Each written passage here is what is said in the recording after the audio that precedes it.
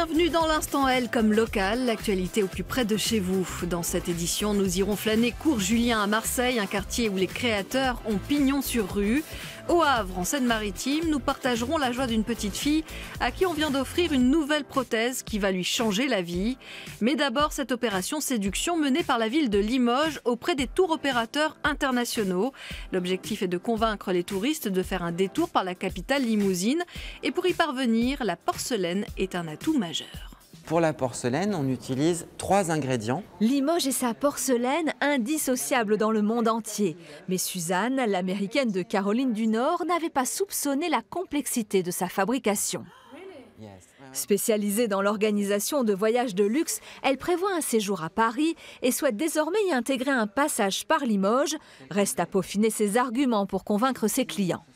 On peut descendre ici dans moins de 4 heures. Et puis, la gare est jolie et on peut marcher partout à pied. Et il y a beaucoup de choses à voir ici. Et vraiment, la porcelaine, ça fait le cœur de notre visite. La tour opérateur américaine est conquise, mais ses homologues d'Israël, du Canada, du Japon semblent plus perplexes. Pour les aider à concevoir Limoges comme une ville incontournable, le comité régional du tourisme va poursuivre son travail de persuasion. On va faire un suivi plus global, c'est-à-dire les aider à finaliser leur programmation, ou pousser davantage, ou réfléchir avec eux. Par exemple, si je suis intéressée par Limoges et Aubusson, parce que c'est ce que j'ai vu pendant mes visites, comment est-ce que je peux l'insérer dans un itinéraire plus global ? Pour séduire les tours opérateurs, il faut aussi savoir établir des connexions avec leur pays, une partie de plaisir grâce à la collection internationale du musée. Chose assez rare, il y avait un Américain, un Japonais. Haviland a été un des premiers à créer, à introduire le japonisme à Limoges, ces fameux décors qui vont révolutionner la manière de décorer la porcelaine de Limoges. Et donc là, on a passé un moment devant le fameux service parisien qui avait été créé pour l'exposition universelle de Paris en 1878. Mais les références ne sont pas toujours là où on les attendait. Ça, c'est la pâte de porcelaine. On appelle ça un camembert. Un bel exemple d'entraide à présent. Partout en France, l'association Enable met en relation des personnes atteintes d'un handicap avec des propriétaires d'imprimantes 3D. Ces derniers fabriquent des prothèses qu'ils offrent gratuitement à ceux qui en ont besoin, comme ici la jeune Elora.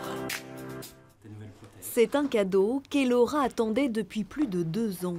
Elle est trop belle. Une prothèse de main aux couleurs de son héroïne. Elora est atteinte depuis la naissance d'une malformation à la main gauche. Détends-toi complètement. Vas-y, et maintenant serre. Avec cette prothèse, la vie de cette petite fille de 11 ans va changer. Déjà pour le badminton, faire mieux les services, ainsi qu'au ping-pong. Et puis d'autres choses, je vais découvrir au fur et à mesure.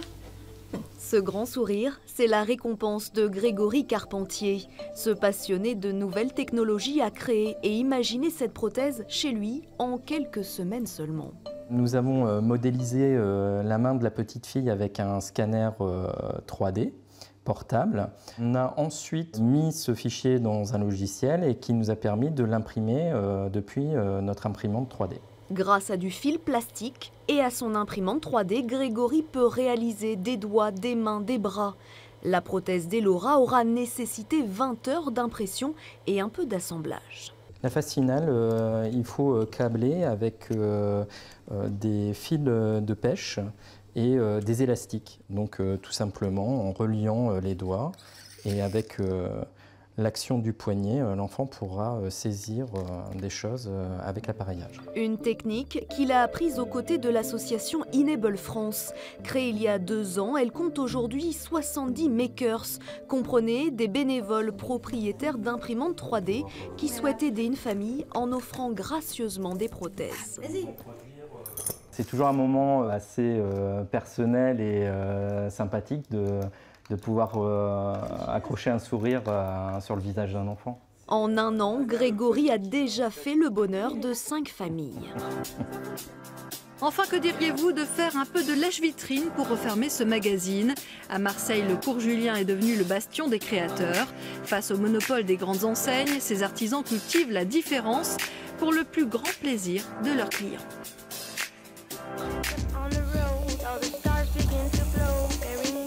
C'est un monde parallèle où l'on recherche la pièce unique. La rencontre, un lien avec celui/celle qui imagine, qui fabrique.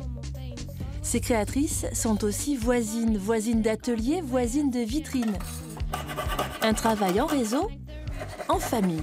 Yasaman, salut, ça va et toi? J'ai ramené du stock. Ah, super.